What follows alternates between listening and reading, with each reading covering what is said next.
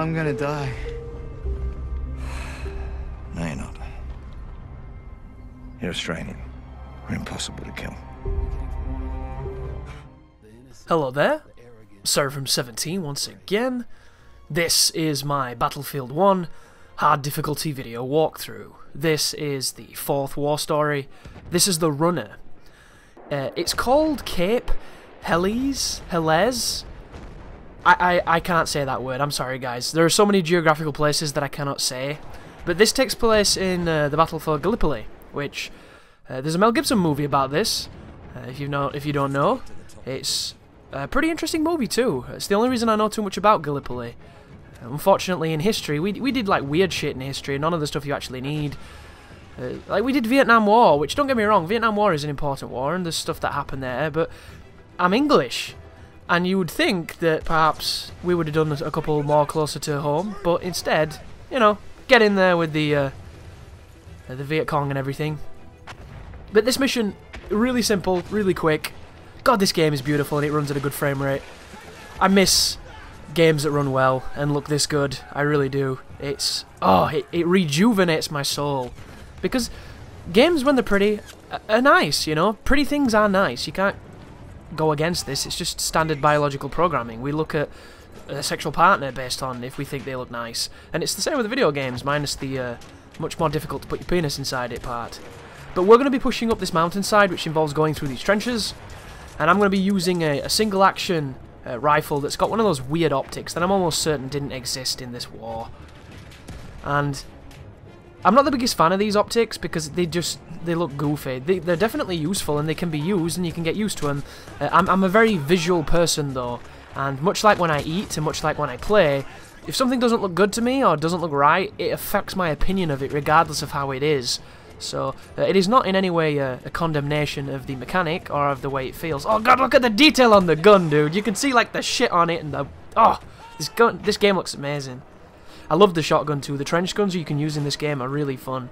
Shotgun has great range. For anybody wondering, the shotgun is a killer of men. It is wonderful. It is what shotguns should be. They have a decent amount of range and they kill at decent range. And in a game such as this, everything kills really quickly, especially in the multiplayer, so the shotgun doesn't really stand out as being bullshit in my opinion, because you can get sprayed down just as quickly by that SMG that everybody runs on the assault class. But I'm taking a few hits there, really accurate hits, so I go prone inside this man's body. We were one just then, just like in Ghost. Wait for that life to come back, smack him with a quick shovel, and then proceed through the trench. Take it slow. The great part about this sequence is all the enemies are highlighted in white outfits. So, I'm probably going to call them Nazis even though they're not. And we're also playing as an Australian. The guy who we're playing as right now is the person who says the intro, if you're wondering, and it's taken from this actual mission. But as you push up here, there's a couple of mounted guns. You want to try and get the headshots if you can.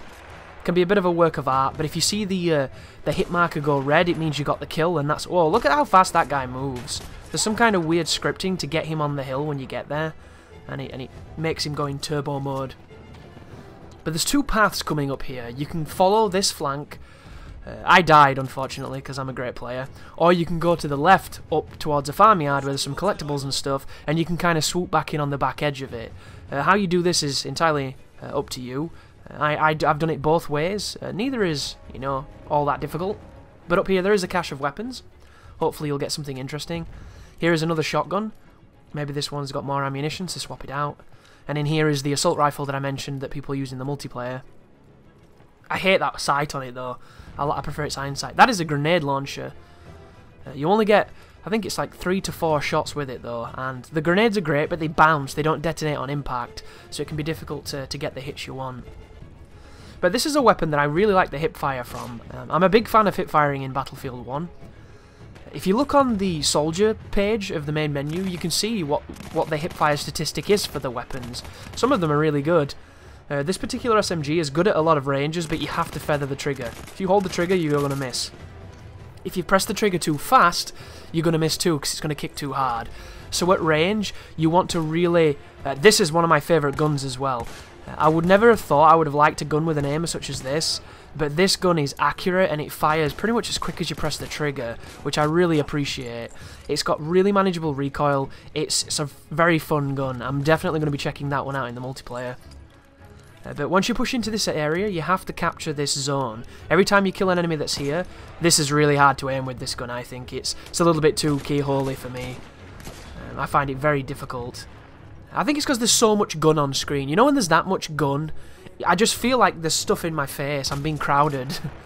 And I'm suddenly claustrophobic, even though I'm not claustrophobic.